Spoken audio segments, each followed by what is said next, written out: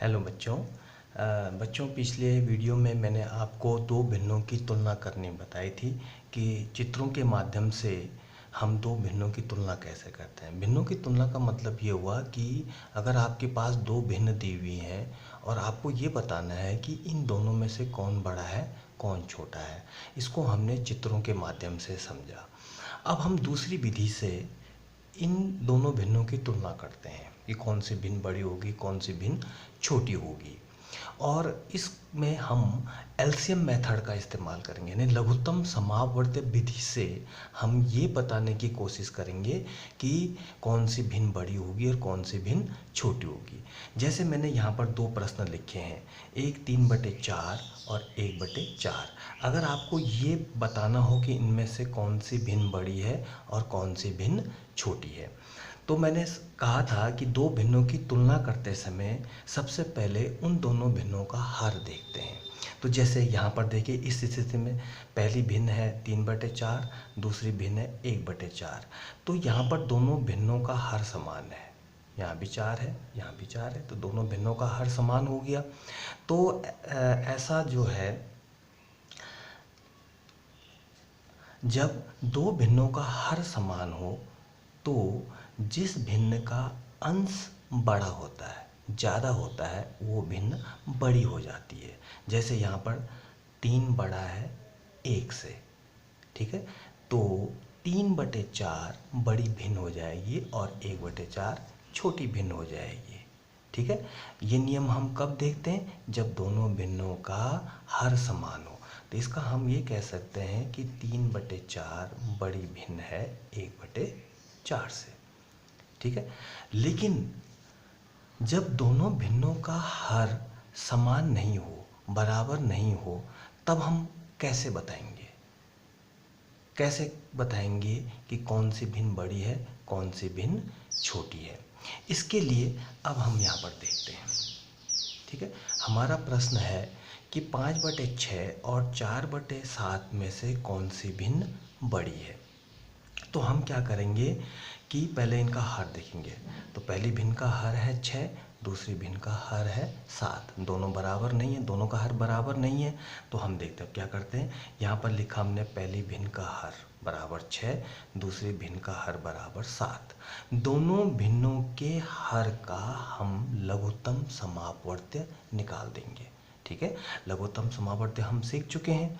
यहाँ पर देखिए 6 और 7 का लघुत्तम समावर्त्य वो संख्या होनी चाहिए, वो छोटी से छोटी संख्या होनी चाहिए जिसमें 6 का भाग भी चला जाए और 7 का भाग भी चला जाए।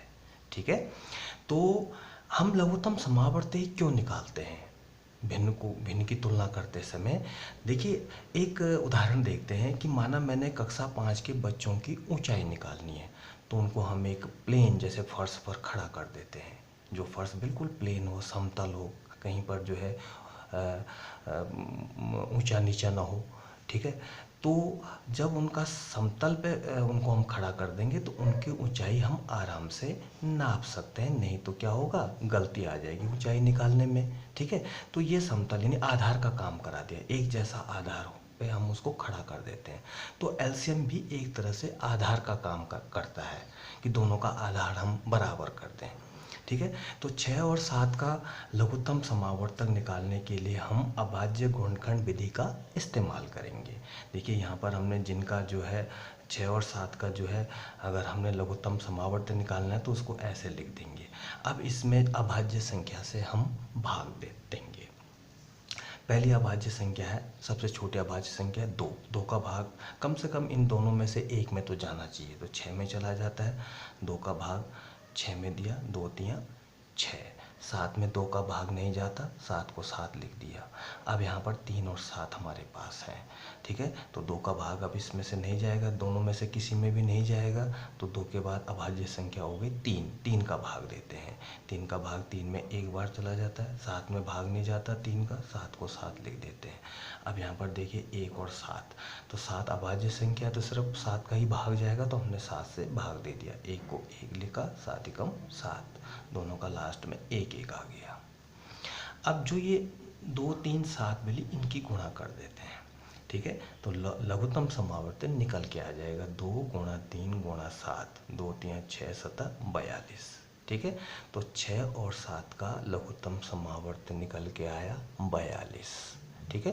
देखिए 42 ऐसी संख्या है जिसमें 6 का भाग भी चला जाता है और 7 का भाग भी चला जाता है, ठीक है। अब हम क्या करेंगे, दोनों भिन्नों के हर को 42 बना देंगे, ठीक है। समतुल्य भिन्न निकालेंगे, 5/6 की भी समतुल्य भिन्न निकालेंगे जिसका हर 42 हो, 4/7 की भी समतुल्य भिन्न निकालेंगे जिसका हर 42 हो। तब हम आराम से दोनों भिन्नों की तुलना कर सकते हैं। तो यहाँ पर देखिए 5/6, देखिए अब हमने हर को 42 बनाना है, तो 6 को कितने से गुणा करें कि 42 आ जाए। तो 6 का पहाड़ा पढ़ते हैं, 6 7 42, यानी 7 से गुणा करना पड़ेगा। तो हर को हमने 7 से गुणा किया, तो अंश को भी 7 से गुणा करना पड़ेगा, जो कि हमने पिछली वीडियो में इसका नियम भी बताया था कि किसी भिन्न के अंश और हर को एक जैसी संख्या से गुणा करने पे भिन्न के मान में कोई बदलाव नहीं आता। तो 5 की गुणा 7 से की 5 7 35 और 6 7 42।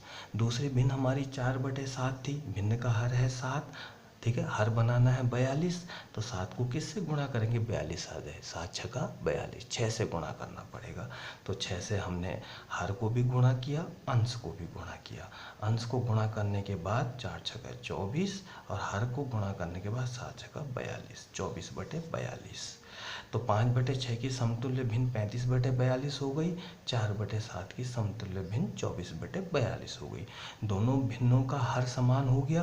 अब हम आराम से दोनों भिन्नों की तुलना कर सकते हैं। तो नियम नंबर 1 बताया था मैंने कि जब दोनों भिन्नों का हर समान हो तो जिसका अंश बड़ा होता है वो भिन्न बड़ी हो जाती है। यहाँ पर देखिए दोनों भिन्नों का हर समान है, तो अंश की तुलना करते हैं। पहली भिन्न का अंश है 35, दूसरी भिन्न का अंश है 24। 35 बड़ा है ना 24 से, तो हम ऐसे लिख सकते हैं 35/42 बड़ी भिन्न है 24/42 से। अब 35/42 आया कहाँ से, 35/42 यहाँ देखिए 35/42 हमारा जो है किस भिन्न से आया, 5/6 से, और 24/42 4/7 है, तो वापस इसको वैसे ही लिख देंगे, ठीक है। तो हमने लिखा 35/42 को 5/6 लिखा, बड़े का चिन्ह लगाया, 24/42 को 4/7 लिख दिया, ठीक है। वापस अपने प्रश्न पर आ गए। तो इसका मतलब है जो हमारा प्रश्न था कि 5/6 और 4/7 में कौन सी भिन्न बड़ी है, 5/6 बड़ी भिन्न है 4/7 से। इसको ऐसे भी पढ़ सकते हैं 5/6 इज ग्रेटर देन 4/7।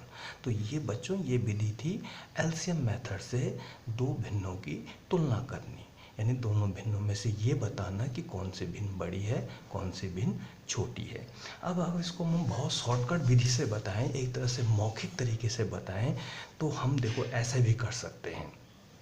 हमारे पास भिन्न है 5/6 और 4/7, इनमें ये बताना है कि कौन सी भिन्न बड़ी है। तो हम यहाँ करेंगे दोनों भिन्नों की हर की आपस में गुणा कर देते हैं, 6 गुणा 7, ठीक है। अब ये इस स्टेप में हम क्या करेंगे, पहली भिन्न के अंश को दूसरी भिन्न के हर से गुणा कर देते हैं, 5 गुणा 7 35, यहाँ पे कॉमा लगा दिया, ठीक है। फिर पहली भिन्न के हर को दूसरी भिन्न के अंश से गुणा कर देते हैं, 6 की गुणा 4 से की 6 6 24, ठीक है। अब देखिए यहाँ पर क्या होगा, 35, 24/6 7 42। देखिए दोनों भिन्नों का आधार बराबर हो गया, ठीक है। अब आधार को नहीं देखें, यहाँ पर देखें 35 और 24 में से कौन बड़ा है, 35 बड़ा है, ठीक है। 35 बड़ा है 24 से, ठीक है। हमने यहाँ पर ऐसा लिख दिया। अब देखो ये 35 कहाँ से आया, 5/6 भिन्न से, तो इसका मतलब है 5/6, ठीक है, बड़ी भिन्न है, ठीक है। ये 24/42 ये कहाँ से है, 4/7 से, 4/7 से, तो 5/6 बड़ी भिन्न हो गई 4/7 से। तो ये हमारा शॉर्टकट विधि है, ठीक है। आप किसी भी विधि से कर सकते हैं, लेकिन जो समझने का तरीका है एलसीएम की, भाई ऐसा क्या क्यों हमने लघुत्तम समावर्त लिया इनका, ठीक है। फिर हमने समतुल्य भिन्न क्यों बनाई, तो लघुत्तम समावर्त लेने के लिए कारण यही है कि दोनों भिन्नों के हर को बराबर करने के लिए। फिर हमने फिर पहली भिन्न का समतुल्य भिन्न बनाई जिसका हर 42 निकल के आया। फिर दूसरी भिन्न की भी समतुल्य भिन्न बनाई जिसका हर भी 42 हो। जब हर बराबर हो जाएंगे तब हम भिन्नों की तुलना आराम से कर सकते हैं। तो मुझे उम्मीद है आपकी ये समझ में आ गया होगा। ठीक है, अब मिलते हैं अगले वीडियो में।